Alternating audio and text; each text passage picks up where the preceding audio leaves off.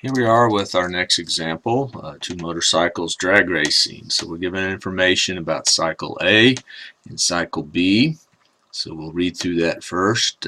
Cycle A has an acceleration of 5 meters per second squared for 200 meters, and then it still accelerates but at a slower rate for the remaining 200 meters. So 400 meter race, and two different accelerations for cycle A. So one thing that you should key on right away is that we're going to have to work this as two parts. Each part is a constant acceleration, but over the 400 meters we have two different constant accelerations. Cycle B has a constant acceleration for the entire race of 4.75 meters per second squared, so we can work that as a single problem. So basically what we want to do here is find the time for each of these cycles to complete the race and then determine the winner. Okay, so we'll start by working out cycle A here. Okay, and we'll go for the first 200 meters. So let's say S1 we're going to set to 0 and S2 is equal to the 200. We're given that we're going to assume that they start at rest. Pretty good assumption. So V1 equals 0. We don't know V2. We don't know the delta T. But we do know the acceleration. It's 5 meters per second squared. Alright, so really we want to find the time for the first half of this cycle.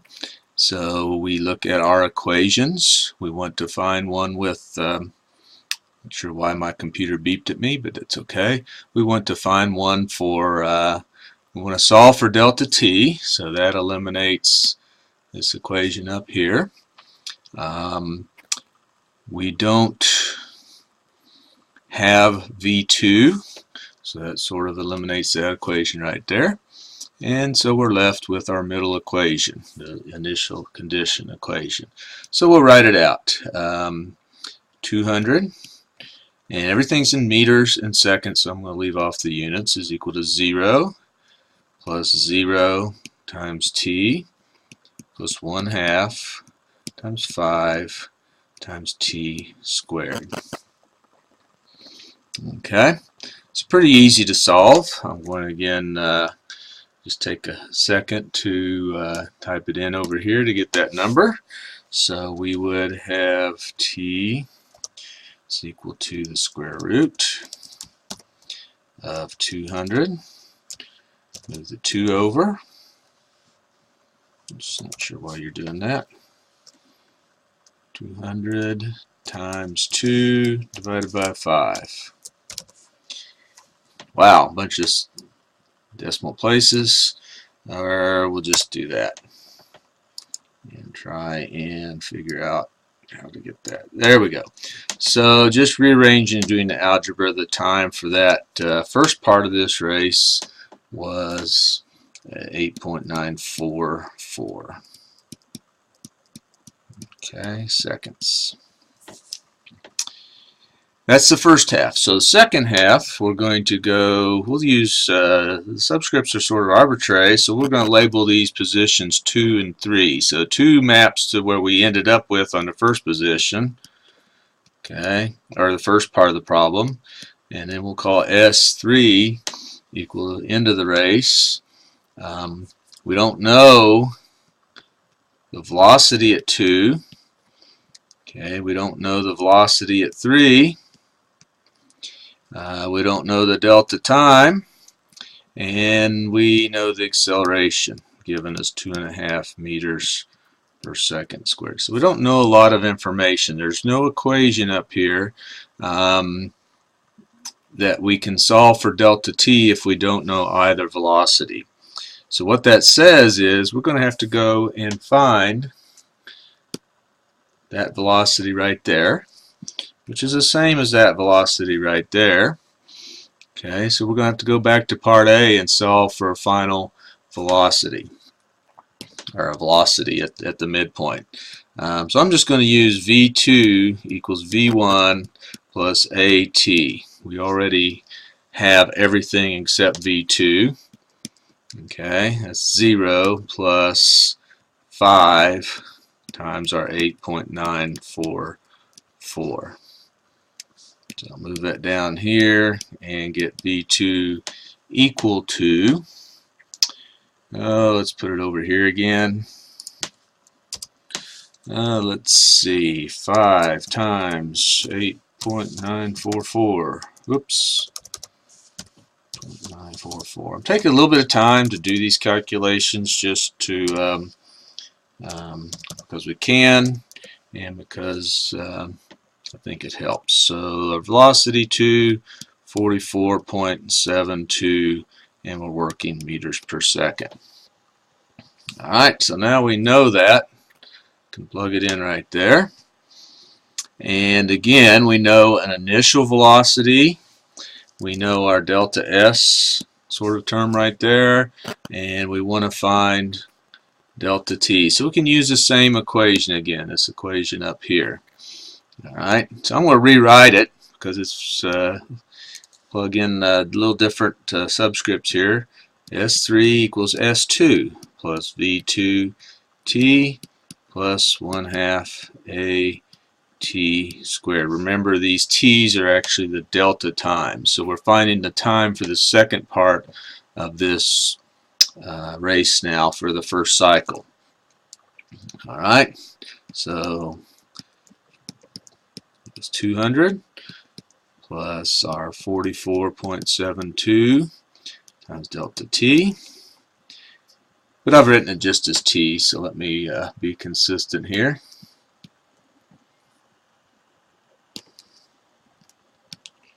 Plus 1/2 2.5 T squared. One equation, one unknown. I'm going to solve this one with my calculator. Again, this will take a little extra time since we're on the video here. And so I'll pull up my TI-83. And I like the solver, so if I can get enough, I know you can't see the whole thing here, but you can see what I'm typing at least, and hopefully I can see what I'm typing, and we can solve it. So the solver's math 0. Hit the up arrow, clear out any previous equation, and basically I'm going to enter this in terms of everything being equal to 0. So I'll just move the 400 to the other side. That would give me minus 400. Again, I'm going to just type everything in because it's easier to spot mistakes if I do it this way.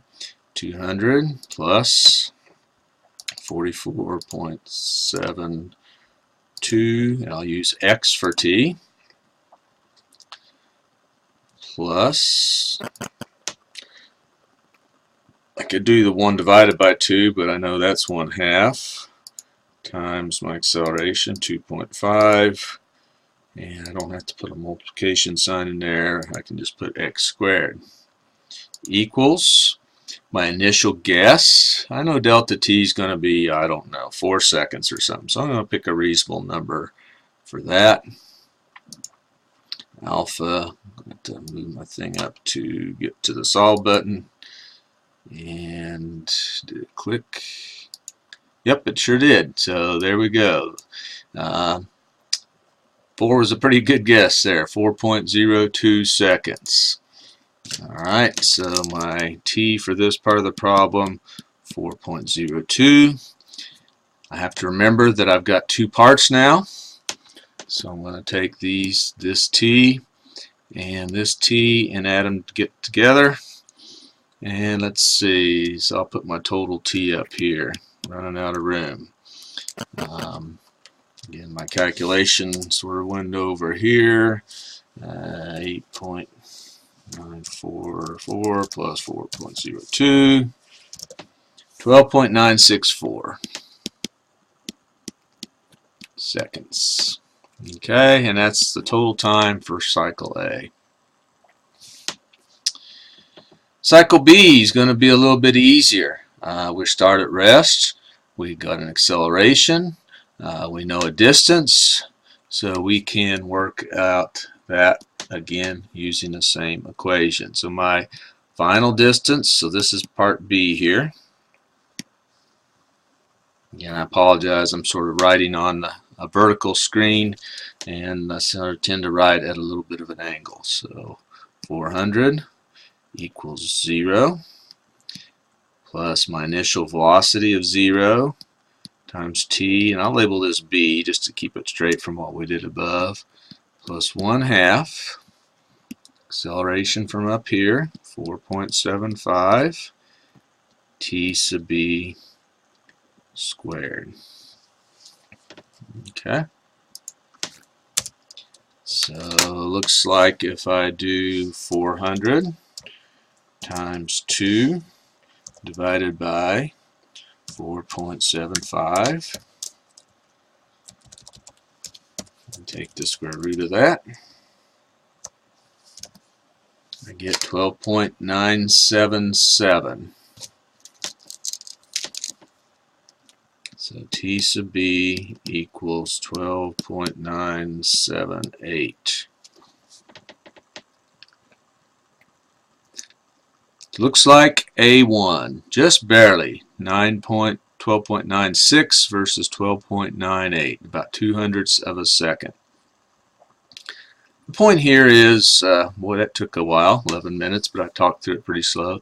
The point here is you need to break things down into parts and work them one part at a time.